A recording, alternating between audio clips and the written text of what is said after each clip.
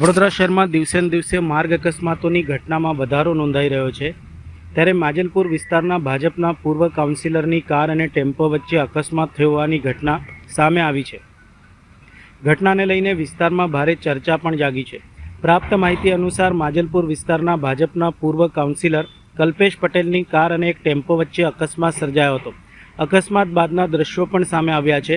બનાવની જાણ થતાં સ્થાનિક લોકો ઘટના સ્થળે દોડી આવ્યા હતા તેમજ મદદની કામગીરી હાથ ધરી હતી। ઘટનાની જાણ પોલીસને થતાં પોલીસ કાફલો પણ ઘટના સ્થળે પહોંચ્યો હતો અને સમગ્ર મામલે કાયદેસરની કાર્યવાહી હાથ ધરી હતી। પ્રાથમિક માહિતી અનુસાર અકસ્માતમાં કોઈ ગંભીર ઇજાગ્રસ્ત થયું નથી પણ વાહનોને નુકસાન પહોંચ્યું છે।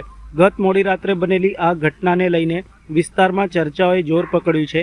પોલીસ દ્વારા અકસ્માતના કારણો અંગે વધુ તપાસ કામગીરી હાથ ધરવામાં આવી છે।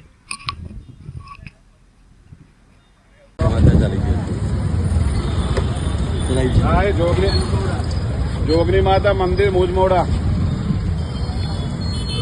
हाँ हाँ हाँ